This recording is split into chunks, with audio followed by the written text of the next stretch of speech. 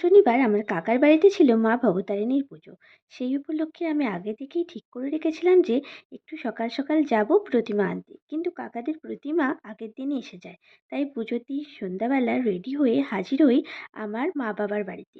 তারপর কাকার বাড়ি যাই। কাকার বাড়ি আমার মা বাবার বাড়ির পাশেই। প্রতিমা মণ্ডপে তখন সাজিয়ে বসানো হয়ে গেছে। দেখো, মাকে কত সুন্দর লাগছে, একদম মন ভরিয়ে দেয়। তখন বেশি লোকজন আসেনি দেখে কয়েকটা ফটোশ্যুট করে নিলাম মায়ের সাথে। গিয়ে প্রথমে ঠাকুমাকে ও বড়দের প্রণাম সেরে কাকিমার সঙ্গে দেখা করলাম।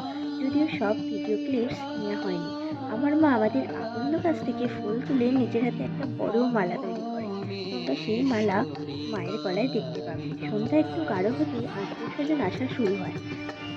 ওখানে একটা গ্রুপ সঙ্গীতের আয়োজন ছিল, তারাও এসে যায়।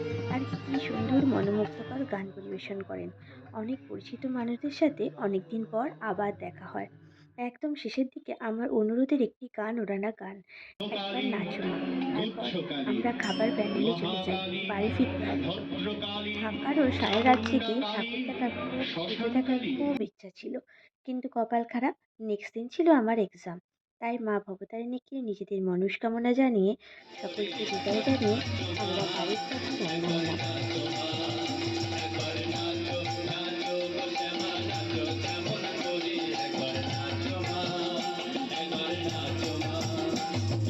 যেমন